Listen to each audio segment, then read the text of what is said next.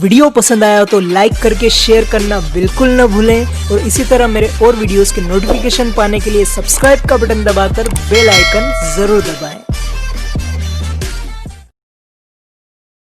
नमस्कार मित्रों, ND education classes में आपका स्वागत है। हम साइंस पढ़ रहे थे और उसमें हमने टॉपिक स्टार्ट किया था पिछले लेक्चर में पाचन तंत्र। ठीक है, पाचन तंत्र में हमने उसकी शुरुआत कर दी थी और लार ग्रंथियों तक पढ़ लिया था। उसमें हमने पहले पाचन का अर्थ और पाचन क्या प्रोसेस पढ़ा था। ठीक है, प्रोसेस में मैंने आपको 7 चरण बताए थे कि पाचन के 7 चरण होते हैं और उसके बाद में हमने पाचन के अंग जैसे मुख और जीवा, उसके बाद में लार ग्रंथियों तक कर लिया था। मैंने आपको ये बताया था कि जो लार ग्रंथियाँ हैं वो 3 प्रकार की होती है। ठीक है, और जो लार रस है, लार ग्रंथियों द्वारा जो लार रस स्रावित होता है उसमें 2 एंजाइम पाए जाते हैं और जो है टाइलिन और लाइसोजाइम। ठीक है, अब हम उसके आगे के बारे में बात करेंगे। उसके बाद जो मुख है, मुख के बाद में पाचक का अंग आता है फिनेरेक्स, या जिसको हम ग्रसनी बोल सकते हैं। ठीक है, फिनेरेक्स क्या होता है ये आप पहले समझ लीजिए। मैं एक डायग्राम के माध्यम से आपको समझाने का प्रयास करता हूँ। देखिए,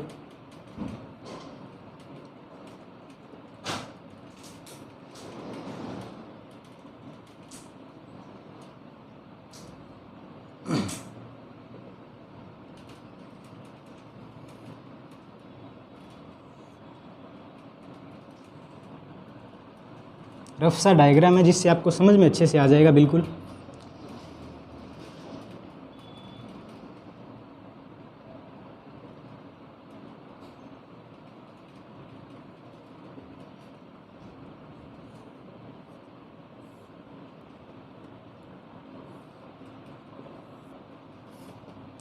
ये जो पार्ट है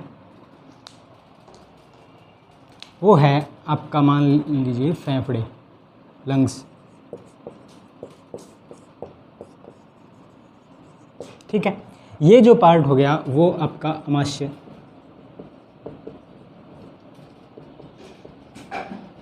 स्टमक जिसको बोलते हैं। ठीक है, उसके बाद ये 2 हिस्से, जैसे मान लिया ये हमारा नोज़ पार्ट है और ये माउथ। हम जानते हैं कि दोनों का एक कॉमन वे होता है यहाँ तक। ठीक है, जब हम खाना खाते हैं तो ये खाना यहाँ पे आ जाता है। मुंह में लेने के बाद में खाना यहाँ पे आने पर अब इसके पास 2 रास्ते हैं। ठीक है, या तो इधर जाएगा या इधर जाएगा। खाना तो निर्जीव चीज़ है, उसके पास बुद्धि तो है नहीं कि वो कौन से रास्ते में जाए। उसको तो जो रास्ता खुला मिलेगा उसमें वो चला जाएगा।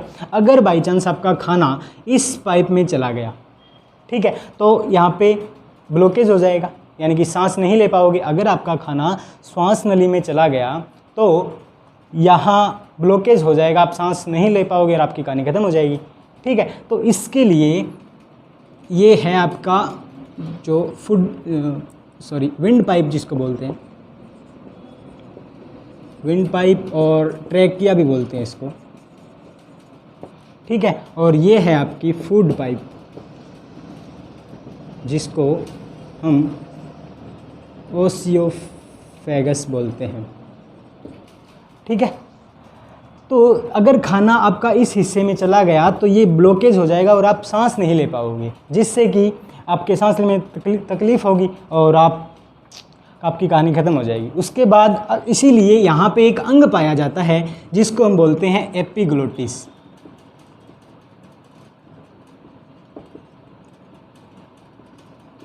हिंदी में जिसको बोला जाता है घाटी ढक्कन। ये क्या काम करता है? ये जब आप खाना खाते हो तो ये इस विंड पाइप को बंद कर देता है। अब आप समझिए कि हम जनरली जो होता है, ये जो एपिग्लोटिस है वो इस फूड पाइप को बंद रखता है, क्योंकि आप 24 घंटा जनरली सांस लेने की प्रक्रिया करते हो तो इस पाइप को वो खुला रखता है। 24 घंटे भोजन तो नहीं करते। हाँ, ये कौन 24 घंटे भोजन करता है? इसका भी एक क्वेश्चन है कि ऐसी कौन सी बीमारी है जिसमें आपको ये पता नहीं लगता, व्यक्ति को ये पता नहीं लगता कि उसको खाना कब बंद कर देना चाहिए। तो वो बीमारी है बुलीमिया। बुलिमिया एक ऐसी बीमारी है जिसमें व्यक्ति को ये पता नहीं लगता कि उसको खाना खाना कब बंद कर देना चाहिए। तो जनरली हम ये कह रहा हूँ मैं कि 24 घंटे सांस लेने की प्रक्रिया करते हैं, तो ये इसको बंद करता है और इस जो विंड पाइप है उसको ओपन रखता है। लेकिन जब भी जैसे ही हम खाना निगलते हैं उस टाइम ये इसको ओपन कर देता है और इसको बंद कर देता है ताकि आपका खाना आपके आमाशय में पहुंच जाए। ठीक है, तो ये काम उसी टाइम करता है जब आप खाना निगलते हो। निकलने के तुरंत बाद ये इसको ओपन कर देगा, इसको क्लोज कर देगा, ये प्रक्रिया इसकी चलती रहती है। तो इस हिस्से को हम, ये जो ढक्कन है उसको घाटी ढक्कन या एपिग्लोटिस बोलते हैं। यह जो श्वास नली में भोजन को तथा ग्रासनाल में वायु को जाने से रोकता है।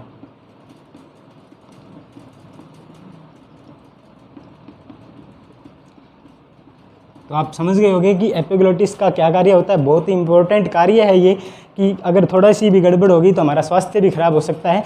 तो श्वास नली में भोजन को जाने से रोकता है और ग्रास नली में वायु को जाने से रोकता है। ठीक है, अब देखिए इस पार्ट को, जो मुख के बाद और ये जो है ट्रैक की इसके ग्रासनाल से ऊपर यानी कि एपिग्लोटिस तक ये जो पार्ट होता है इसको हम बोलते हैं फिनेरेक्स या ग्रसनी। आप ये कह सकते हो कि जो माउथ है और जो आपकी विंड पाइप या फूड पाइप है उन दोनों के बीच की कड़ी है वो क्या है, फिनेरेक्स है या ग्रसनी है। ठीक है, ये काम हो गया फिनेरेक्स का। अब इसके बाद में हम बात करते हैं किसकी, ग्रासनाल या ओशियोफेगस की। ठीक है, यहाँ तक आपको समझ में आ गया होगा। अब हम आगे बात करते हैं ग्रासनाल की।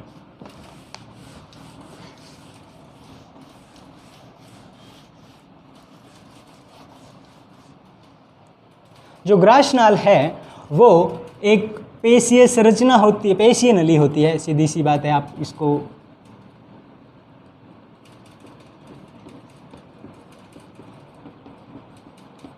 अगर इसकी लंबाई पूछे, जो ग्रासनाल की जो लंबाई है, या फिर हाँ इसको आप पहले नाम लिख देते हैं हम इसका, ग्रासनाल या ओइसोफेगस। ठीक है, इसको आप फूड पाइप भी बोलते हो। ये एक पेशीय नली होती है और इसकी जो लंबाई है, लंबाई वो 25 सेंटीमीटर होती है। ठीक है, इसमें क्या होता है, जब हम खाना खाते हैं तो वो खाना, इसका मुख्य जो कार्य है, मुख्य कार्य क्या होता है, भोजन को मुख से आमाशय तक पहुंचाना।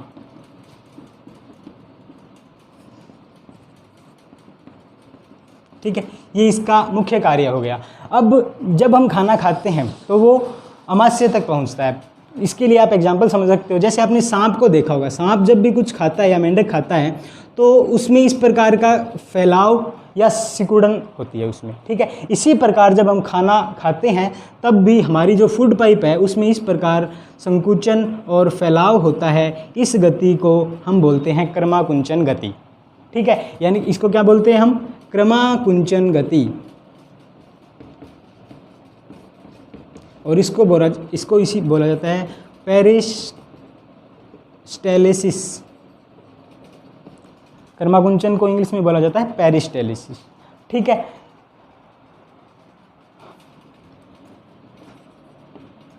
पेरिस्टेलिसिस यानी कि कर्माकुंचन गति। इस प्रकार कर्माकुंचन गति के माध्यम से मुख से भोजन है वो आमाशय तक पहुंचता है। ठीक है, अब ये तो ऊपर से अगर नीचे आ रहा है भोजन तब तो उस गति को हम कह देंगे कर्माकुंचन गति। लेकिन अब आप ये देखिए, कई बार भोजन आमाशय से वापस ऊपर की ओर चला जाता है, मुख के द्वारा बाहर आ जाता है। उसको हम जनरली भाषा में तो वोमिटिंग कहते हैं, लेकिन पाचन की भाषा में उसको एंटी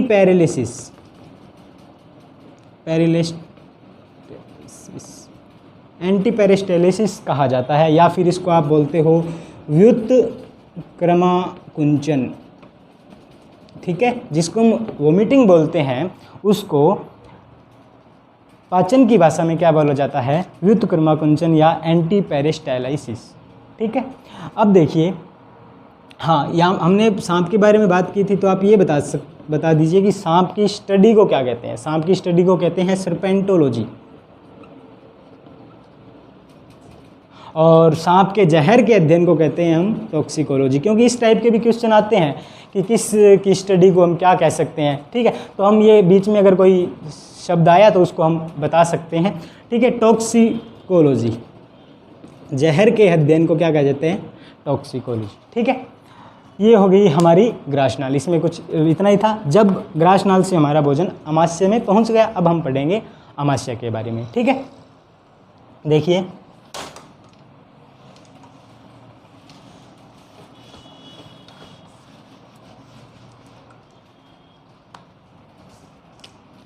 अमाशय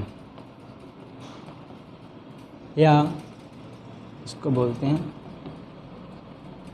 स्टमक। ठीक है, देखिए अमाशय जो है उसका मैं एक डायग्राम बना देता हूँ। इस प्रकार की एक संरचना होती है।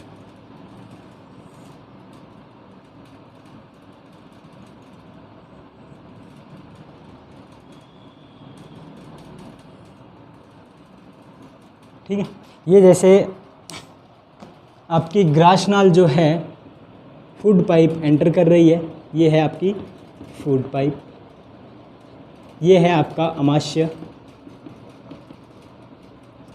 ये यहाँ से जहाँ से अमाशय आपका ख़त्म होता है वहीं से आपका छोटी आंत शुरू हो जाती है, छोटी आंत। ठीक है, अब इसकी संरचना के बारे में देखें तो ये एक किताब के अनुसार ही बता रहा हूँ मैं, ये एक जे आकार की संरचना है। ठीक है, तो आप लिख सकते हो इसको, जे आकार की पेशीय संरचना। ठीक है, और अगर इसमें फूड पूछे कि कितनी कैपेसिटी होती है इसकी, तो इसमें 3 से 4 लीटर तक फूड इन्वेस्ट हो सकता है, यानी कि इसमें आयतन अगर इसका पूछे तो 3 से 4 लीटर हो गया। ठीक है, अब ये देखिए कि इसके जो इस अमाशय को 3 भागों में बांटा गया है, 3 भागों में बांटा गया है। जैसे जहाँ से ये ग्रासनाल एंटर करती है, ठीक है, उसको बोलते हैं जठरागम भाग।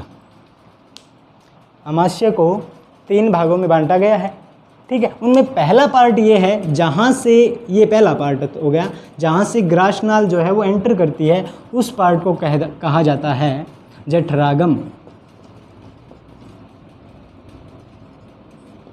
कुछ विशेष नहीं है, बस इसका पार्ट पूछ सकता है कि कौन सा पार्ट अमाशय का है कौन सा नहीं है, इसलिए मैं आपको बता रहा हूँ जठरागम। और इसको बोलते हैं कॉर्डियक, कॉर्डियक इंग्लिश में बोलते हैं। ठीक है, दूसरा जो पार्ट है, या फिर दूसरा जो पार्ट है, ये जो पार्ट है जो छोटी आंत से जुड़ा हुआ है, ठीक है, उस पार्ट को हम कहते हैं, पहले इसका नाम लिख लेते हैं, जठर निर्गमी भाग। ठीक है, इसको बोलते हैं जठर निर्गमी भाग और इसको बोलते हैं आपका जठरागम भाग। ठीक है, यहाँ से आपका जो स्टमक है वो समाप्त हो रहा है, तो इसको जठर निर्गमी यानी कि भोजन जो बाहर निकल रहा है, उस नाम से आप ध्यान रख सकते हो, तो इसको जठर निर्गमी कहा जाता है। और इसको यहाँ से आपका भोजन एंटर करता है, इसको आप जठरागम कह सकते हो। ठीक है, और जो बीच का भाग हिस्सा बच गया उसको आप बोलते हो फंडिस, जिसमें सारी पाचन की जो प्रक्रिया होती है वो फंडिस भाग में होती है। ठीक है, तो ये जो है वो अमाशय के 3 पार्ट हो गए। ठीक है, अब एक अमाशय के अंदर एक चीज़ और कि इसमें एक म्यूकस लेयर पाई जाती है। अमाशय के अंदर लेयर पाई जाती है जिसको क्या बोला जाता है, म्यूकस लेयर। जिस प्रकार आपकी किडनी पर पेरिटोनियम लेयर पाई जाती है, हार्ट में पेरिकार्डियल लेयर पाई जाती है, और आपके लंग्स पर प्लूवेरा मेम्ब्रेन पाई जाती है, उसी प्रकार आपके जो अमाशय है उसमें म्यूकस लेयर पाई जाती है। ठीक है, इस लेयर को क्या कहा जाता है, म्यूकस लेयर।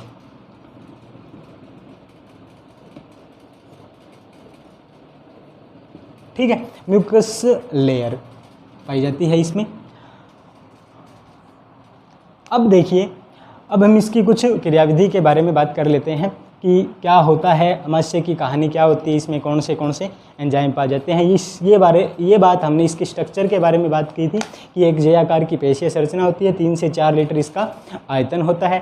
ठीक है, अब इसके अगर हम पार्ट्स की बात करें तो अगर पहला पार्ट है इसका जहाँ से फूड पाइप आपकी एंटर करती है उसको हम जठरागम भाग बोलते हैं, और ये जो बीच का हिस्सा है उसको फंडिश भाग कहते हैं, और जो अंतिम हिस्सा है जहाँ जो छोटी आंत से जुड़ा हुआ होता है उसको हम जठर निर्गमी भाग कहते हैं। इसके अंदर लेयर कौन सी पाई जाती है, तो इसके अंदर म्यूकस लेयर पाई जाती है। ठीक है, इसका कार्य क्या होता है? म्यूकस लेयर, आपको पता है कि जो अमाशय है उसमें HCl स्रावित होता है, और इस HCl मैंने आपको पिछले लेक्चर में बताया था कि एक स्ट्रॉन्गेस्ट एसिड है जो हमारे अगर कांटेक्ट में आए तो हमें नुकसान पहुंचा सकता है डायरेक्ट। तो उस HCl से अमाशय की परतों की रक्षा करता है ये म्यूकस लेयर। ठीक है, अब हम इसके क्रियाविधि पढ़ते हैं सारी। देखिए, अमाशय में जब भोजन आता है हमारा, जब अमाशय में भोजन एंटर करता है, कौन से हिस्से से? जठरागम हिस्से से जब एंटर कर जाता है, तब ये जो अमाशय है वो गैस्ट्रिक जूस, या जिसको बोलते हैं हम जठर रस, इसका स्रवण करता है। ठीक है, जठर रस स्रावित होता है जब भोजन हमारे अमाशय में पहुंच जाता है। तो इस जठर रस में क्या होता है और ये देख लेते हैं हम। पहले तो इसका pH मान, जठर का pH मान होता है 1.5। तो आप pH वैल्यू देख के बता सकते हो कि जठर रस किस प्रकार का एक द्रव होता है, वो एक अम्लीय द्रव होता है। ठीक है, और तो जठर रस जो है एक अम्लीय द्रव होता है।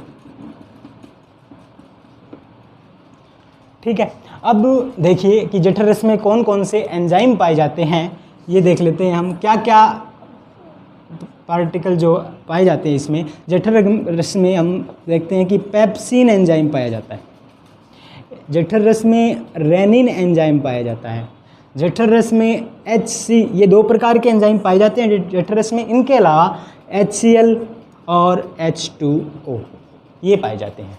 ठीक है, हमने ये देख लिया। सबसे पहले हमने 2 एंजाइम लार रस में पढ़े थे, वो थे टाइलिन और लाइसोजाइम। अब 2 एंजाइम कहाँ पढ़ रहे हैं? जठर रस में।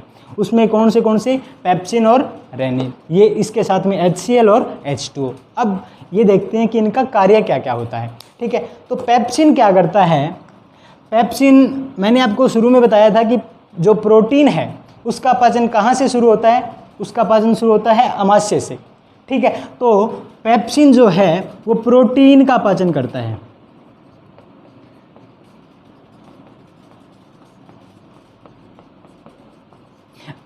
ठीक है, ये है ना, प्रोटीन को पेप्टाइड में तोड़ देता है। ठीक है, जो पेप्सिन है वो क्या करता है? प्रोटीन का पाचन करता है। प्रोटीन को किस में तोड़ देता है? पेप्टाइड में। ठीक है, इसी प्रकार जो रेनिन है, ये रेनिन क्या करेगा? अगर इसने प्रोटीन का पाचन ये कर रहा है तो रेनिन क्या करेगा? रेनिन जो है वो कैसीन प्रोटीन का पाचन करता है। एक पर्टिकुलर प्रोटीन जो है कैसीन प्रोटीन, उसका पाचन कौन करता है? रेनिन। और आप सब जानते हैं कि जो कैसीन प्रोटीन है वो दूध में पाया जाता है। ठीक है, तो दूध में पाए जाने वाले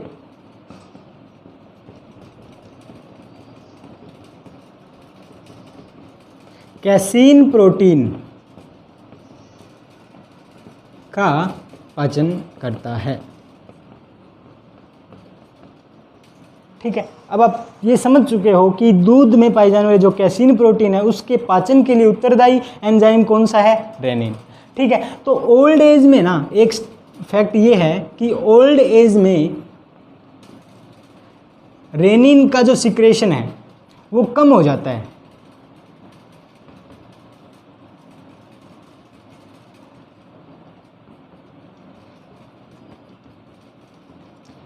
और ये दूध के पाचन के लिए सहायक है। अगर इसका सिक्रेशन ओल्ड एज में कम हो गया, तभी आप देखते हो कि वृद्धावस्था में दूध के पाचन में परेशानी होती है, प्रॉब्लम होती है। वो किस कारण होती है? क्योंकि रेनिन जो एंजाइम है उसका सिक्रेशन कम हो जाता है, और जो रेनिन है वही दूध में पाए जाने वाले कैसीन प्रोटीन के पाचन के लिए उत्तरदायी होता है। ठीक है, अब देखो प्रोटीन का पाचन इन्होंने कर लिया, तो इस HCl का क्या काम है यहाँ?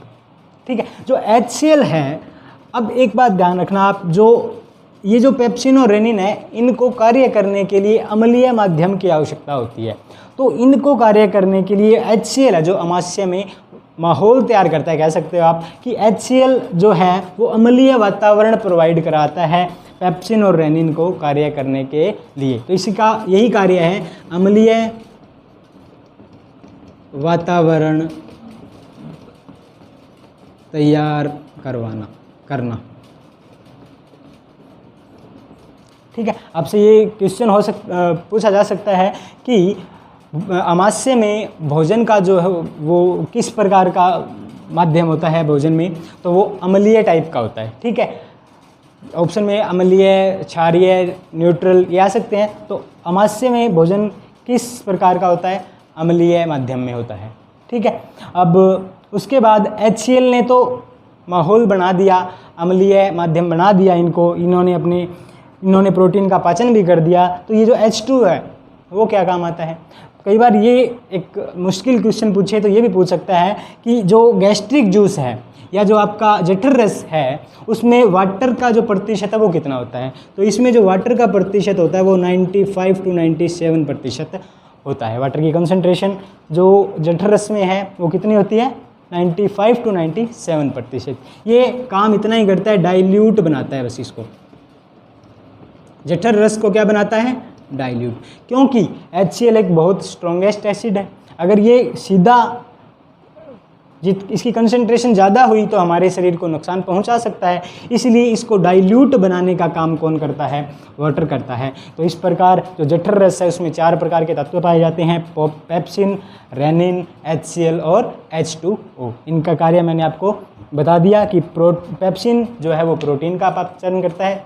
यहाँ से जो प्रोटीन का पाचन स्टार्ट हो जाता है, आप कह सकते हो कि प्रोटीन पेप्टाइड में टूट गया। प्रोटीन का पूर्ण पाचन तो प्रोटीन का एमिनो अम्लों में टूटने से होता है, लेकिन यहाँ से शुरुआत होगी कि प्रोटीन है वो पेप्टाइड में टूट गया। ठीक है, जो रेनिन है वो दूध में पाए जाने वाले कैसीन प्रोटीन का पाचन करता है। HCl है इन दोनों को कार्य करने के लिए अम्लीय माध्यम प्रदान करता है। ठीक है, H2O जो है वो इस HCl को डाइल्यूट बनाता है। ठीक है, अब देखिए कि अगर आपके शरीर में HCl ज़्यादा मात्रा में बार बार सिक्रेशन इसका हो रहा है, तो देखिए कुछ बीमारियां हैं 1-2, उनके बारे में देख लेते हैं कि पाचन के समय क्या क्या प्रॉब्लम्स आती है। जैसे जब अगर आपका HCl ज़्यादा मात्रा में, जैसे ये मान लीजिए मैं एक बार बना रहा हूँ, ये आपका अमाशय मान लीजिए और ये उस पर है म्यूकस लेयर।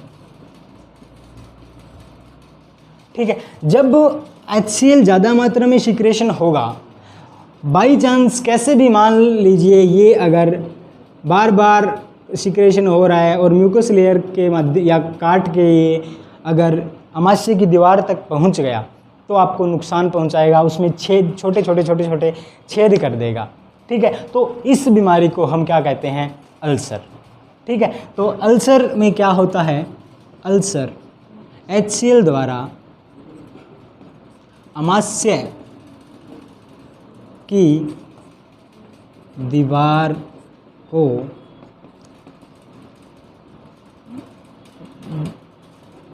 डैमेज करना क्या कहलाता है, अल्सर कहलाता है। समझ में आ गया। अल्सर क्या होता है कि जब ज़्यादा मात्रा में बार बार HCl आपका निष्कर्षण हो रहा है, उत्सर्जित हो रहा है और वो कैसे भी इसको पार करते हुए इस दीवार पर पहुंच गया तो इसको नुकसान पहुंचाएगा और छोटे छोटे छेद कर देगा इसमें, और उस बीमारी को हम बोलते हैं अल्सर। ठीक है, अब एक और बीमारी का अध्ययन करते हैं कि बार बार अगर आपके जो मतलब एसिडिटी HCl का कभी ज़्यादा सिक्रेशन हो जाता है तब एक प्रॉब्लम होती है आपको, उसको आप बोलते हैं एसिडिटी, जिसमें पेट में जलन होने लगती है। तो वो किस कारण होता है, एसिडिटी के, और एसिडिटी किस कारण होती है, HCl के ज़्यादा सिक्रेशन से। ठीक है, इसका कारण क्या है, एसिडिटी क्यों होती है, क्योंकि अगर आपके भोजन का बिल्कुल इरेगुलर टाइम है, अगर आप मतलब कोई फिक्स टाइम नहीं है आपका, कभी भी कुछ भी खा रहे हो आप बिना टाइम,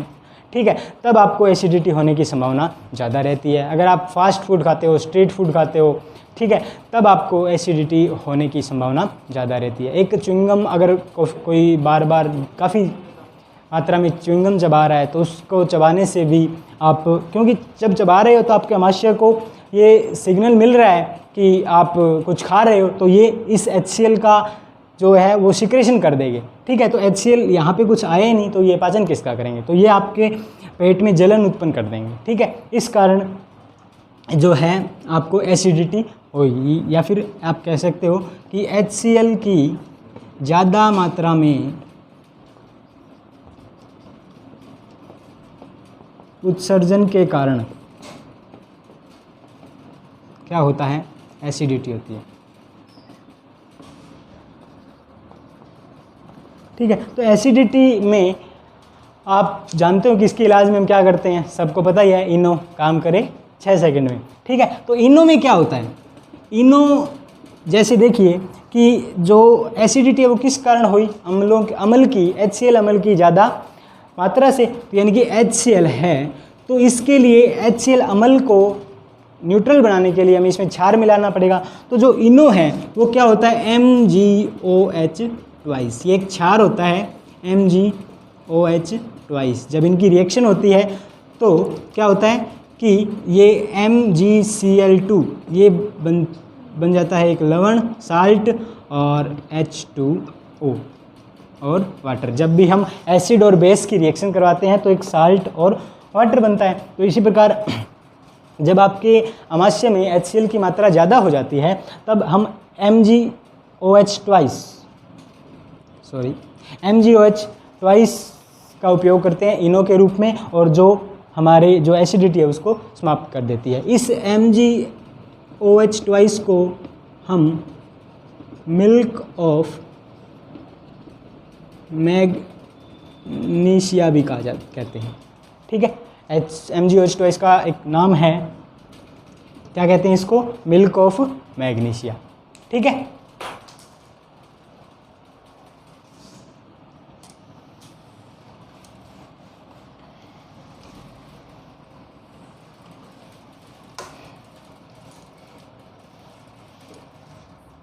तो ये हमने पढ़ा अमाशय के बारे में, ठीक है। अमाशय में क्या था, अमाशय में हमने ये देखा कि जब भोजन आता है तो उसमें गैस्ट्रिक जूस या फिर जठररस का मिलना होता है, जिसकी जठररस में पेप्सिन, रेनिन, ट्रिप्सिन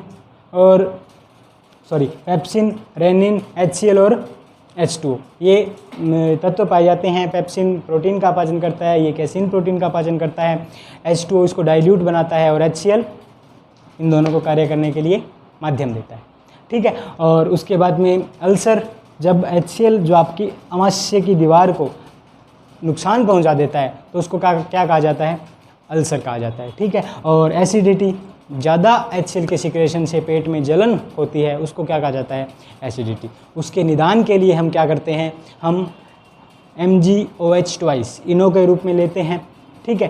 तो जिसको हम मिल्क ऑफ मैग्नीशिया कहते हैं। दोबारा उसमें ध्यान से, MgOH ट्वाइस इसको बोला जाता है मिल्क ऑफ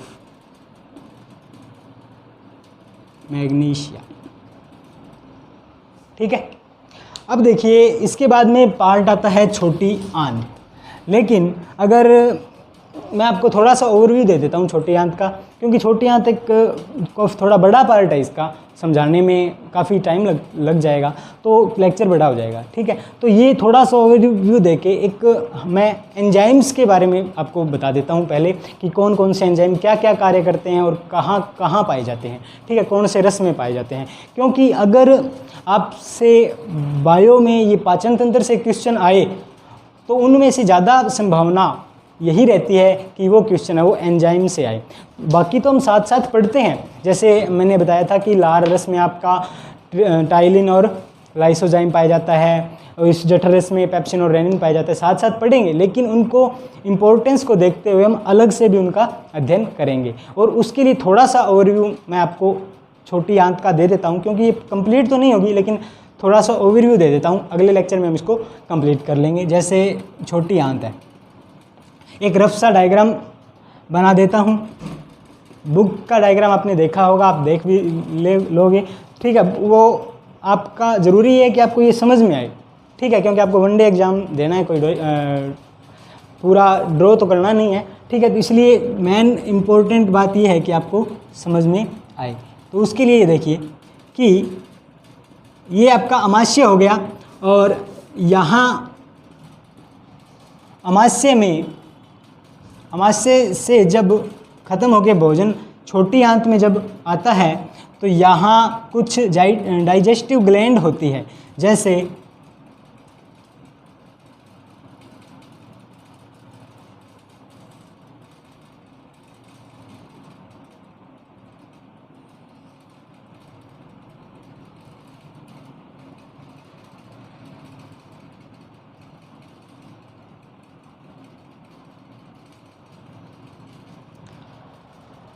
अभी तो समझ में नहीं आ रहा होगा, अब मैं बताऊंगा आपको तब समझ में आ जाएगा।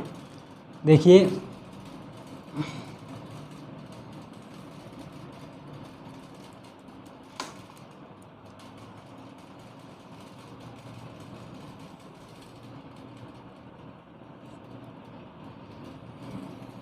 ये रफ सा डायग्राम है, ठीक है। ये आपको समझने में काफ़ी आसानी प्रदान करेगा। देखिए कि ये पार्ट है आपका अमाशय,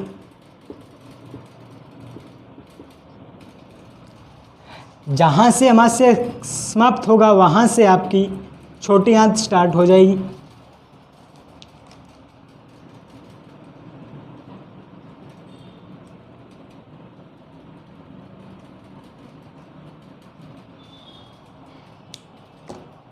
ठीक है, छोटी आंत में जैसे ही आपका भोजन आएगा तो ये आपका हो गया छोटी आंत।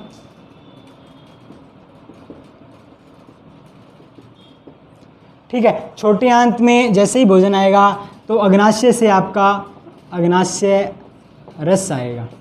ठीक है, यहाँ ये आपका है यकृत,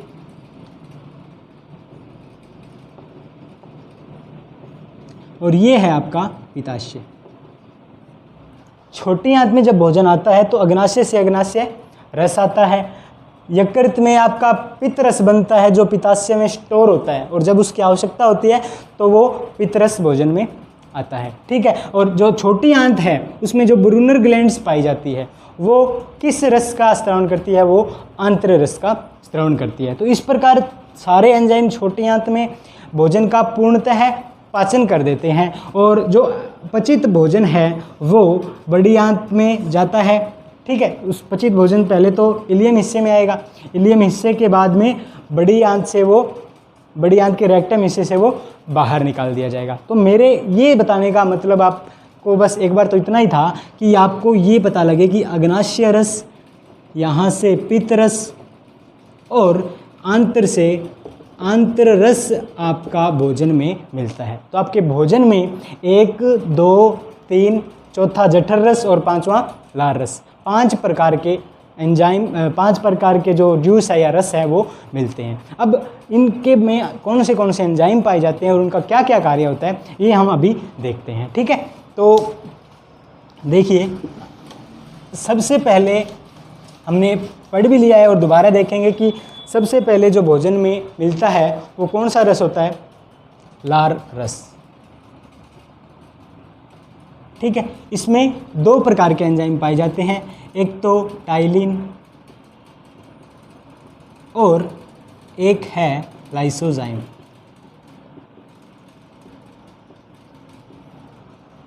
ठीक है, उसके बाद जठररस में जब भोजन आ जाता है, अमाशय में जब भोजन आ जाता है तो जठर रस स्रावित होता है, और जठर जो रस है उसमें कौन से एंजाइम पढ़े थे हमने?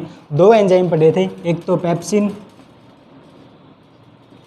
और दूसरा रेनिन। ठीक है, अब इसके बाद जब अमाशय से भोजन छोटी आंत में जाता है तो सबसे पहले उसमें क्या मिलता है? उसमें अग्नाशय रस मिलता है।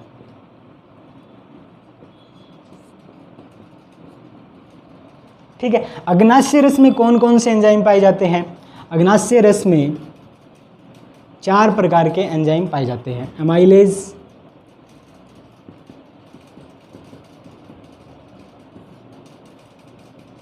लाइपेज, ट्रिप्सिन और काइमोट्रिप्सिन। ठीक है, अग्नाशय रस में 4 प्रकार के एंजाइम पाए जाते हैं, एमाइलेज, लाइपेज, ट्रिप्सिन और काइमोट्रिप्सिन। उसके बाद में बाद में जो है वो पित्तरस, एक प्रकार का रस पढ़ा था हमने पित्तरस, जिसमें किसी भी प्रकार का एंजाइम नहीं पाया जाता। ठीक है, ये क्वेश्चन है पर्टिकुलर कि कौन से रस में कोई एंजाइम नहीं पाया जाता, पित्तरस में कोई एंजाइम नहीं पाया जाता। ठीक है, और उसके बाद एक अग्नाशय रस, पित्तरस और आंत्र रस, इंटेस्टाइन जूस जिसको बोलते हैं, इसमें आपके माल्टेज, सुक्रेज, लैक्टेज,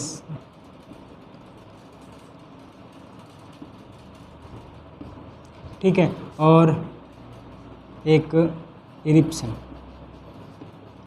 ये एंजाइम आपके विभिन्न प्रकार के रसों में पाए जाते हैं। ठीक है, अब इनका कार्य क्या है, हमने टाइलिन के बारे में तो पढ़ लिया है। ये टाइलिन जो है वो स्टार्च का पाचन करता है, स्टार्च को माल्टोज शर्करा में बदलता है। ठीक है, लाइसोजाइम जो है वो क्या करता है, वो भोजन के साथ आने वाले सूक्ष्म जीवाणुओं को नष्ट कर देता है। ठीक है, पेप्सिन ये प्रोटीन का पाचन करता है, प्रोटीन को पेप्टाइड में तोड़ देता है। ठीक है, रेनिन दूध में पाए जाने वाले केसिन प्रोटीन का पाचन करता है। उसके बाद जो अमाइलेज है, ये अमाइलेज जो है वो कार्बोहाइड्रेट का पाचन में सहायता करता है। ठीक है, अमाइलेज क्या करेगा, कार्बोहाइड्रेट का जो पाचन है वो करेगा।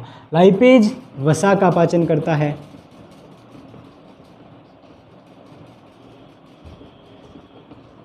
ट्रिप्सिन और काइमोट्रिप्सिन ये प्रोटीन के पाचन में सहायक होते हैं। मैं अभी आपको बताऊंगा कि ये किस प्रकार सहायक होते हैं, प्रोटीन के पाचन में सहायक होते हैं। ठीक है, उसके बाद में ये जो हैं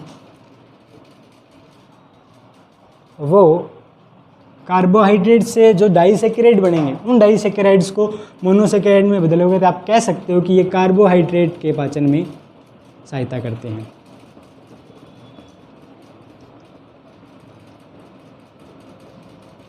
ठीक है, पित्तरस में कोई किसी भी प्रकार का एंजाइम कोई नहीं पाया जाता। ठीक है, अब हम जो हमारे पोषक तत्व हैं जिनका हम पाचन करते हैं उनके हिसाब से पढ़ेंगे कि कौन सा एंजाइम किसके काम आता है। सबसे पहले देखो, मैंने आपको बताया था कि 3 प्रकार के जो पदार्थ हैं या फिर तत्व हैं जिनका हमारा शरीर पाचन करता है, वो है कार्बोहाइड्रेट,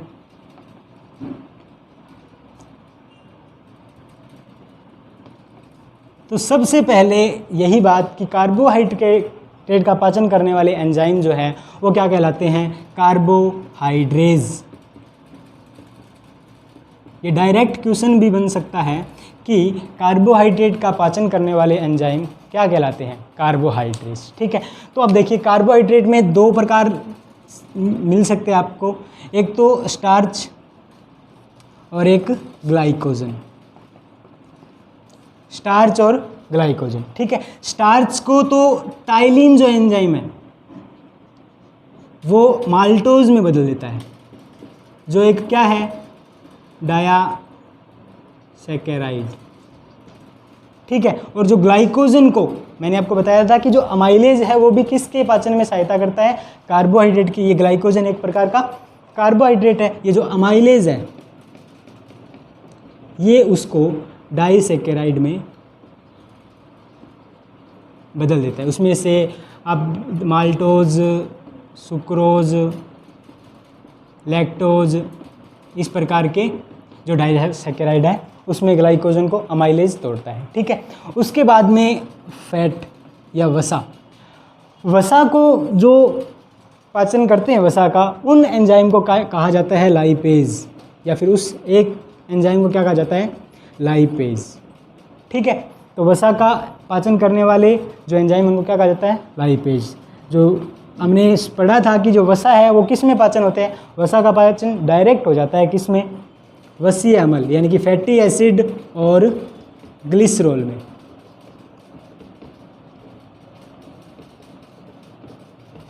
ठीक है, तो किसकी सहायता से होता है ये, लाइपेज। और एक जो पित्तरस है ना, पित्तरस पढ़ा था हमने, पित्तरस भी वसा के जो पाचन है उसमें सहायता करता है। वसा का पाचन पित्तरस के द्वारा भी होता है। ठीक है, जो आपका यकृत के द्वारा स्रावित होता है। इसके बाद में प्रोटीन रह गया। प्रोटीन देखो, प्रोटीन को जो पेप्सिन है वो किस में टूट रहा था, क्योंकि वहाँ से अमाशय से प्रोटीन का पाचन प्रारंभ होगा और अमाशय में कौन सा जो एंजाइम है उसका पाचन प्रारंभ करेगा, वो था पेप्सिन। तो पहले ये बात कि प्रोटीन का जो पाचन है करने वाले एंजाइम को क्या कहा जाता है, तो उनको बोला जाता है प्रोटीनेज। ठीक है, प्रोटीनेज कहा जाता है इन एंजाइम को जो प्रोटीन का पाचन करते हैं। तो अब देखिए, प्रोटीन आपके खाने में है, उसको जो हमने पेप्सिन पढ़ा था वो किस में तोड़ रहा था, पेप्टाइड में। ठीक है, इस पेप्टाइड को ये जो काइमोट्रिप्सिन और ट्रिप्सिन जो थे, जो आपके अग्नाशय रस में मिलते थे, काइमोट्रिप्सिन और ट्रिप्सिन, ये जो हैं वो पेप्टोन में तोड़ देते हैं। ठीक है, और इस पेप्टोन को जो इरिप्सन नामक एंजाइम जो था, इरिप्सन जो आपके आंतररस में पाया जाता था, वो एमिनो एसिड में तोड़ देता है। इस प्रकार आपका प्रोटीन का पाचन होता है। ठीक है, तो आज हमने ये प्रोटीन के पाचन और कार्बोहाइड्रेट वसा के पाचन और एंजाइम्स के बारे में पढ़ा। आगे इसके बाद में हमारा रह गया छोटी आंत उसमें क्या क्या प्रोसेस होता है, बड़ी आंत, और इस प्रकार हमारा जो पाचन तंत्र है वो अगले लेक्चर में समाप्त हो जाएगा। ठीक है, धन्यवाद, थैंक यू।